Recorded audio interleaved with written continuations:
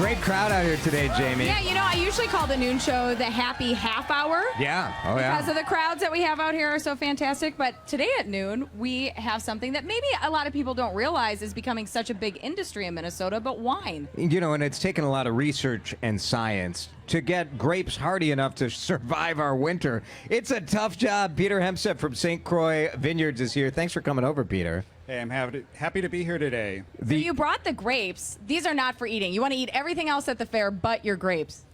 Well, I brought these to have a look, but if someone wants to try the grapes, they should really try the wine. Yeah.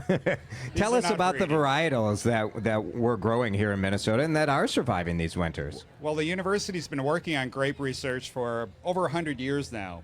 So in the late 1990s, we introduced a grape called Frontenac, named after the small town of Frontenac, Minnesota. It makes a nice red wine or a rosé.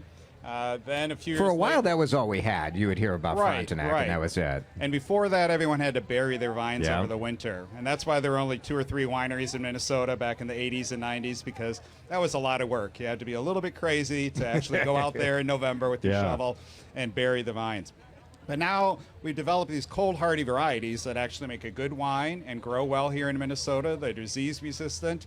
So now grape growing is really taking off. There's over 50 wineries in Minnesota today. People don't really realize that. That's amazing. And you're part of one, St. Croix Vineyards.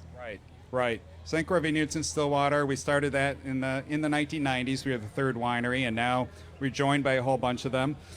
So we've this is yours, right? Yep. It's a beautiful wine. Got some wine from St. Croix Vineyards, but the fair is a great opportunity to try new things. Yeah. We all know that. The beer, our friends, the beer guys, have a really popular booth over in the horticulture building.